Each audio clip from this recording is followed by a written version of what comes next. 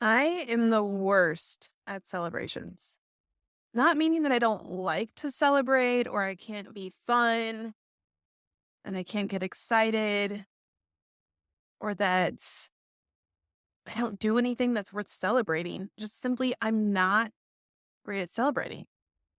And I think it really comes down to all of my thoughts about there's just not enough time or celebrating is wasteful. Ooh, that's like a little painful for me to say, but in a sense, celebrating is wasteful because that time could have been used to get something else done. And we all know that that to-do list is always ever growing and a million miles long. This past week, or I should say this month, my husband and I celebrated our 10-year anniversary. And I think in my mind, and we even had conversations about it out loud, we always said we would go on a trip for our 10-year anniversary. We would go do something fun. Maybe we'd go away somewhere with friends, do something out of the ordinary. But as you know, if you don't make a plan, things just don't happen. And so the day got closer and closer, and we knew it was our 10-year anniversary coming up, but we never really scheduled anything or we made excuses, AKA reasons of why it wasn't going to work right now. We had money tied up in other things or wanted it to be put toward other things. And it wasn't a great time to get away. It's so silly. All of those reasons why we don't celebrate even these really incredible things. And that's what this episode is about. I'll get more into it in the full episode, but I hope you'll stick with me because we are going to talk about all of the reasons why we don't celebrate, the reasons why we need to celebrate. And I'm going to break that down for you both by your temperament and then also just in general, why celebrating is going to actually make you more productive, help you to get more done, bring you more peace, and why it's actually a really good spiritual growth tool as well. Hello, beautiful souls, and welcome to the Persistence in Prayer podcast hosted by Catholic mindset coach, wife, mother, educator, and speaker Kylie Hein. Kylie is passionate about helping you deepen your relationship with God through the power of prayer. This podcast is a space for high achievers who want to do it all, but also want to prioritize their spiritual life and grow in faith.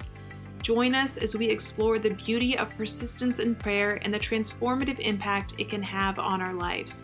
Get ready to discover practical tips, insights, and inspiration to help you develop a daily prayer practice and cultivate a deeper sense of trust in God's plan for your life. Let's journey together towards a more fulfilled and faithful life as we invite the Holy Spirit in. Let's begin.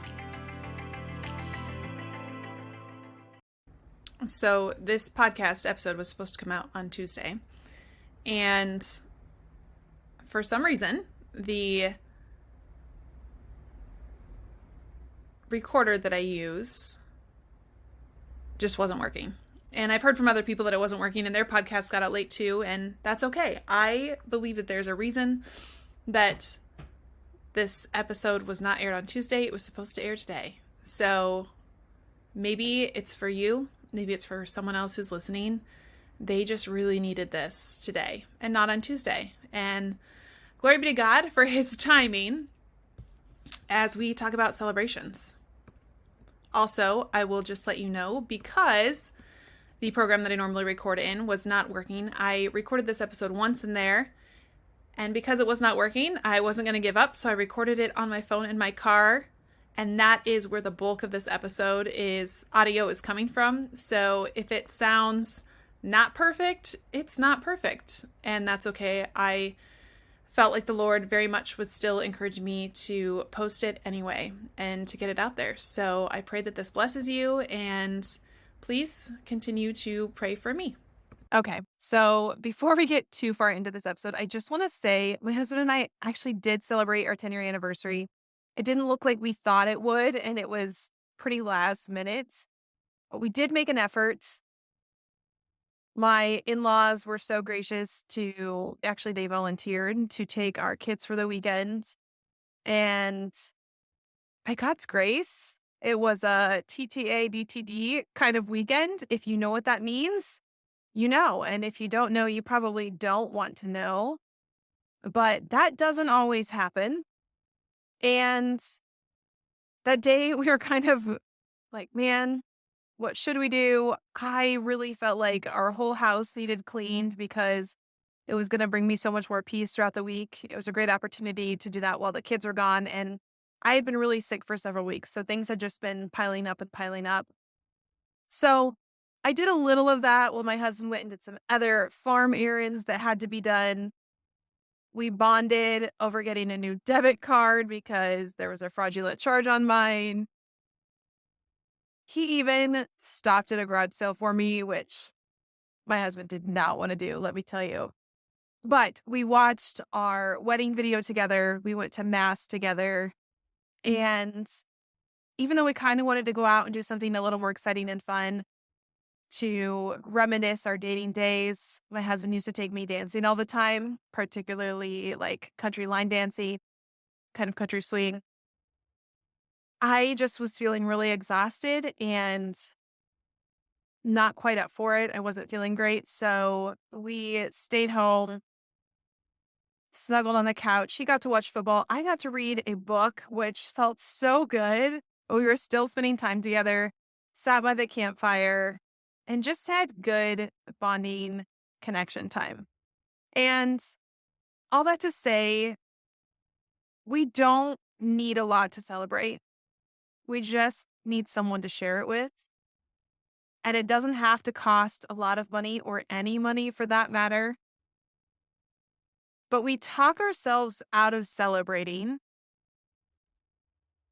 because of thoughts like, there's just not enough time. This feels really wasteful. I don't want to be an inconvenience to anyone else. Maybe you don't want to be the center of attention. I know people who are like this on their birthday. You offer them something like, hey, I'm going to take you out for coffee, or let's get together and I will buy you lunch. And they'll tell you, oh, no, no, no, no, it's okay. It's just another day. Just another day. They downplay things. That's another one. We downplay our accomplishments and our achievements, which, yes, our birthday, we stayed alive for another year. But there are other things that really do require effort and things that we did really well, and we downplay them. We minimize them. We tell ourselves that, well, it wasn't perfect, so it's not worth celebrating. Somebody else did it bigger. They did it better. They did it faster. I battled that thought this very week. This podcast has reached 75 episodes, and that's a big deal. That is a really big deal for me because I knew nothing about podcasting when I started. I still feel like I know nothing about podcasting, but I'm learning. I've had incredible women on here. And this podcast has brought me so many connections with beautiful women across the world that I wouldn't otherwise have had. And God has just really blessed my efforts. None of this is through me, it is all through Him. And that is why I should celebrate. That's why I need to celebrate, even if it's as simple as just saying, Lord, this is something to be celebrated, and telling someone else, hey, guess what? This happened. But again, we minimize, we downplay. So, how is celebrating helpful? Other than it just makes us feel good once we're actually doing it? Well, for starters, my choleric friends, and I say choleric, if you don't know the four temperaments, these are things I've talked about on the podcast or been interviewed on other podcasts. Four temperaments, these are the ways that we are naturally inclined to do things, particularly around how quickly we react to something and the duration of that reaction. But based on these natural inclinations, we have similar tendencies to other people with those same natural inclinations. And we are not boxed into these by any means. We are called to grow in the virtues of all of the temperaments. If you want to learn more about that, please schedule a call with me. I would love to teach you about your temperament and how it could better your relationships and help you grow in self awareness. But, my choleric friends, you know who you are. You thrive on praise for your achievements. You might already be telling people about your victories and what you want to celebrate, but if you're not, because you're mindful about pride and vanity, I just want to remind you that you still need to celebrate. You need to slow down because your inclination is going to be not to waste time. And you don't want to celebrate because you are so ready to move on to the next thing, to the next achievement, that next feather in your cap. But the praise and the celebration with someone else is really going to refill your bucket. It is going to re energize you and renew you because otherwise you are the person who's probably going to just keep going and going and going and going and going. And you are not going to give yourself enough credit. I shouldn't say that. Cholerics like to give themselves a lot of credit, but you might not stop and pause and reflect enough that this thing happens as a result of God's graces and it is worthy of celebrating. I'll give you an example. When I finished my master's degree in ministry, I had zero intention of walking across the stage to get my diploma. Had my ceremony been in the summer, I maybe would have thought differently, but I graduated in December and I was teaching at the time. I just had no time for that. There was no time to pause on a weekday, nonetheless, to get dressed up, drive to a different town, take my newborn with me, drag my husband out of the house, have a late night in December in a school that is a chaotic time of year. There is so much going on, and it is very stressful as you lead into end of semester tests, especially if you teach someone like seniors, which I did, because if they don't pass my class, they don't graduate. And that brings out all kinds of very uncomfortable emotions for 18-year-olds and their parents. And it is very difficult to navigate. But the vice provost of my program, I think, could foresee this, not just for me, but for other people. And so she made a very intentional choice to talk about our need to celebrate this milestone and this achievement and all the work that we had put in to getting to where we were and to reflect on all the graces that we had received during that time. And that has really stuck with me. It's helped me to remember that it is important to celebrate. As I looked back on finishing my master's degree, instead of focusing on how inconvenient it was going to be for me to go to the ceremony, I was able to set aside the thoughts that nobody else really cared what I did. Nobody wants to be there to celebrate with me, other than maybe my husband, because he was probably so glad it was over. I looked back at all that the Lord had walked me through. I had changed jobs twice. I had moved to a different state, bought a home, got married, had an incredibly difficult pregnancy, birthed a beautiful baby girl, nursed her, fed her, stayed up with her while still taking classes. I learned how to ask for help for the first time in my life. I reached out to a professor and asked for an extension on an assignment, which I had never, ever done before. I got something less than an A by 0.1%. And it was okay. I drank way too much Dr. Pepper and ate way too many prepackaged and terrible foods for my body.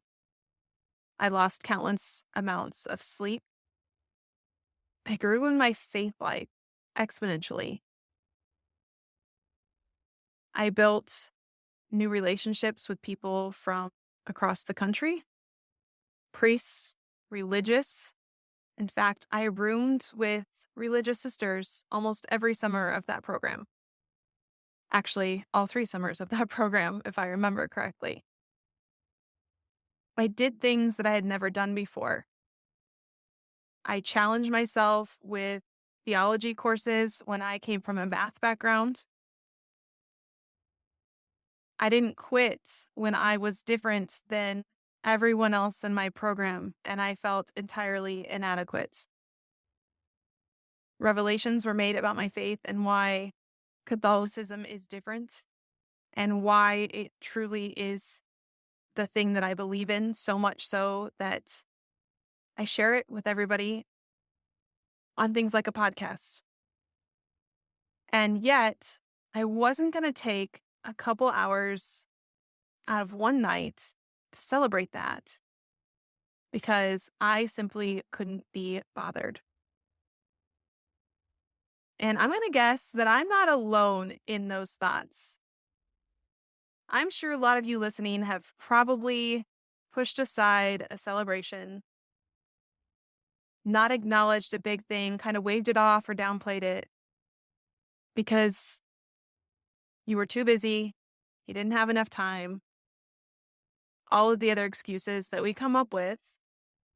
Because when we actually pause and when we actually celebrate, that means we get to thank God for all of the graces that He gave us to get there. And this isn't true just for cholerics. All you other temperaments, you need celebration too. My sanguine friends, you thrive on being the center of attention. And not in a bad way. You just are joyful human beings. And what a beautiful opportunity to gather your friends and let them tell you how awesome you are. Because you are awesome.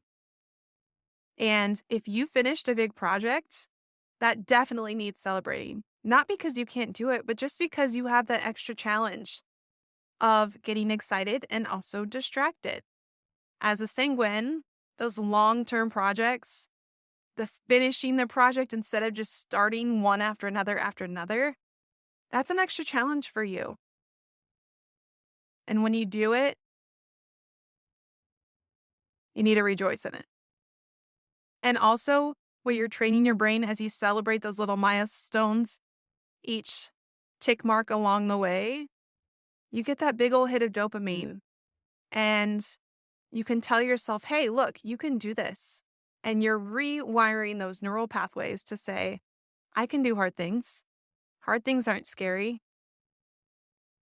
For my melancholic friends, well, you probably don't want to celebrate unless it was perfect. And you've already convinced yourself that it was so far from perfect that none of it should be celebrated at all. In fact, we should probably just sit here and self-criticize and loathe about how awful we did at it until the next time we think that we can do something perfectly. And then that might spur us into action, but only if we think we can get everyone else around us to do it as perfectly as we did it. And you can see where the spiral goes. So this is where you need to grab your sanguine friend and create space for authentic conversation, where you sit and you let them tell you all of the wonderful, incredible things that they are seeing you doing. And if that makes you cringe and want to run and hide in a hole, and it might, then at the very least, let them sit with you and praise God for all of the fruits of your work and your efforts.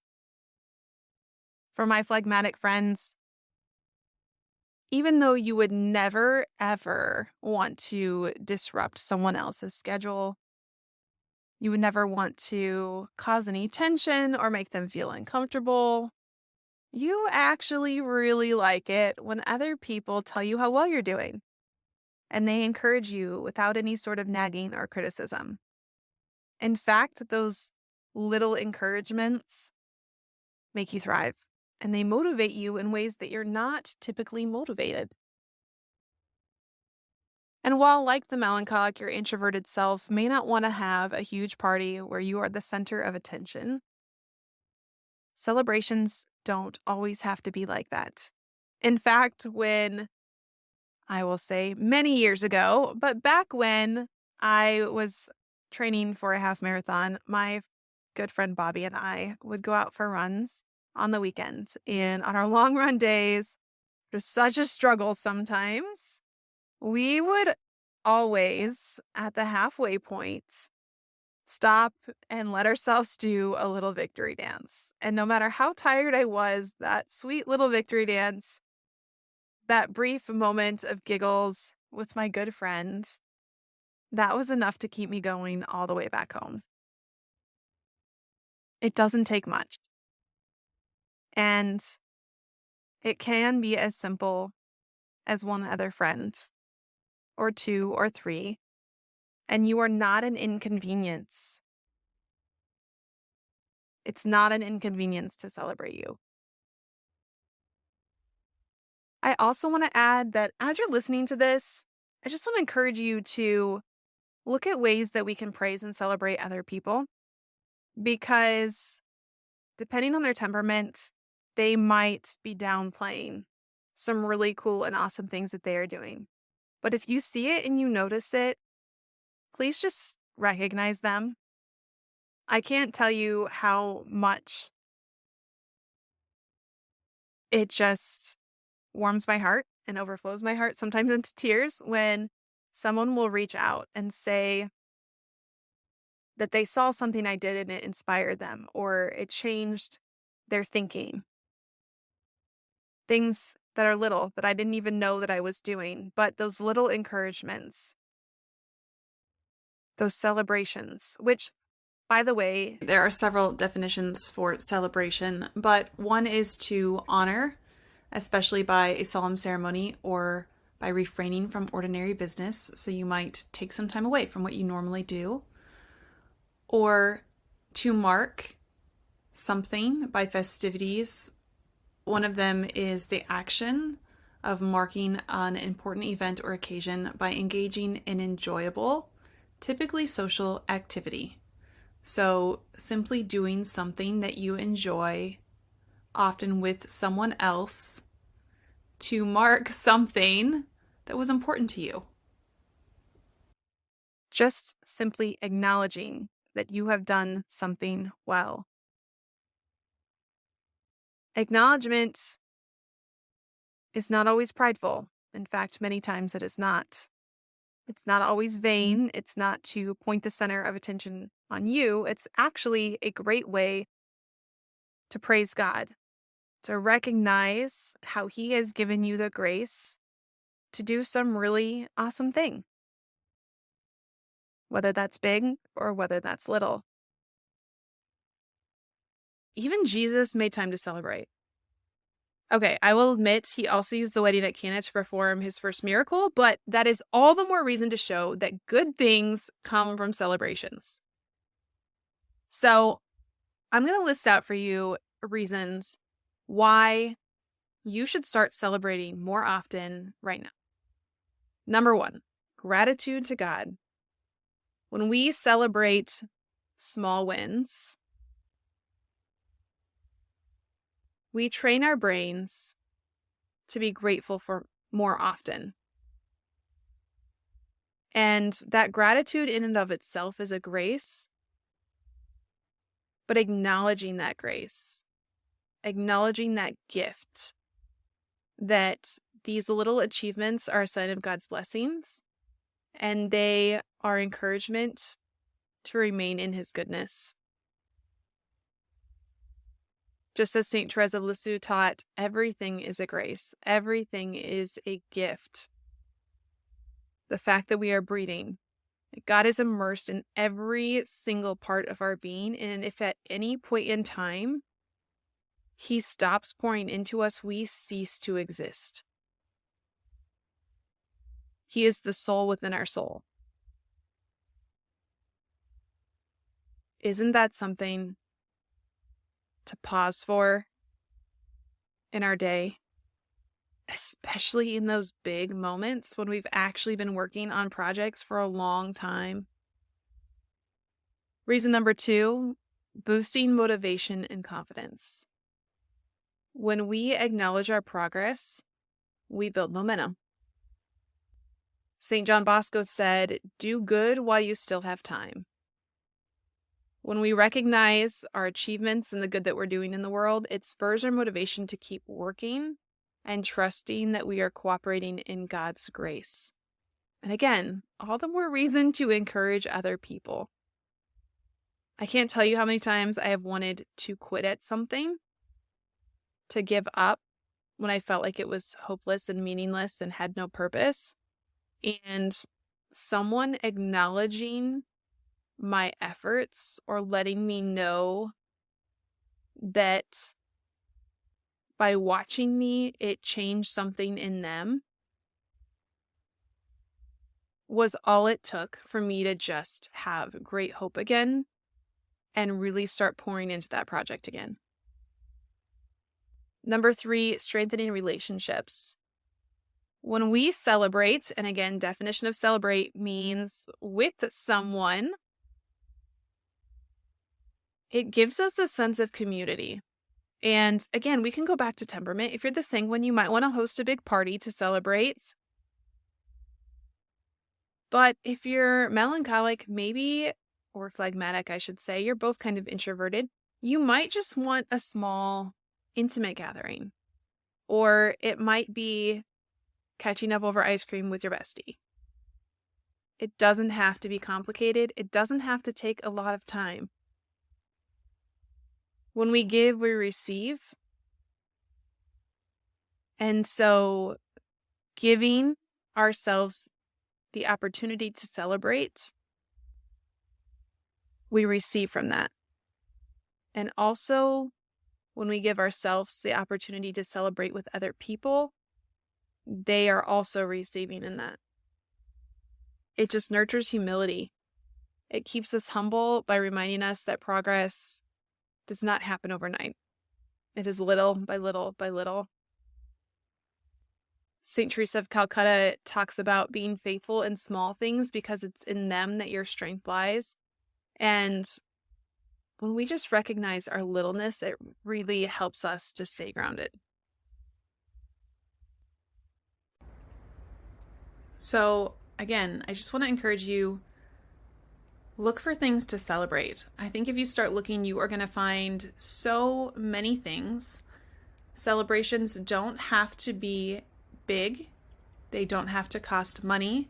And they don't even have to take a lot of time. But they are really going to rejuvenate your soul. And they are going to bless the people around you. The difference between celebration and gratitude is celebration is with someone. And one of the most beautiful ways I can think to celebrate is to go to Mass and celebrate with the Lord. In my mind, that counts as celebration because you are truly with Him. But you are also surrounded by a community of other humans who want to love and praise God. And you're surrounded by the communion of saints and angels who are praising with you. So take the thing you want to celebrate and go celebrate it with them, because that's a really beautiful and wonderful way to rejoice and to be filled. That's it for this short little mini episode. It's been a long time since I've done a solo episode, but I'm going to be back next week with a guest whose heart just pours out and I think you're really going to love it. So stick around. And as always, if you're joining us for the first time, please leave a review of this podcast, because the more hands that it gets in, the more people who get to be blessed by all of the incredible humans who come on here to share their stories of inspiration, who help us to grow in prayer and help us to progress along the spiritual journey, and also help us to grow in self-awareness. And as we become more fully aware of who we are, as we are created in God's divine image, we more fully know Him. And that's our ultimate goal, to know Him, to love Him, to serve Him, and to help one another get to heaven so that we can all rejoice and celebrate together for all of eternity. Thanks again for being here. God bless, and keep sending in those emails. You guys are just filling my bucket so much, and I love being able to pray for you and intercede for you. God bless. Beautiful souls, thank you again for journeying with me. If you have been blessed by this episode, it would mean the world to me if you would leave a review. Be sure to screenshot it, share it on your social media stories, and don't forget to tag me on Instagram or Facebook at Kylie M. Hein. Stay persistent in prayer, protect your peace, and as always, share the light of Christ with everyone around you.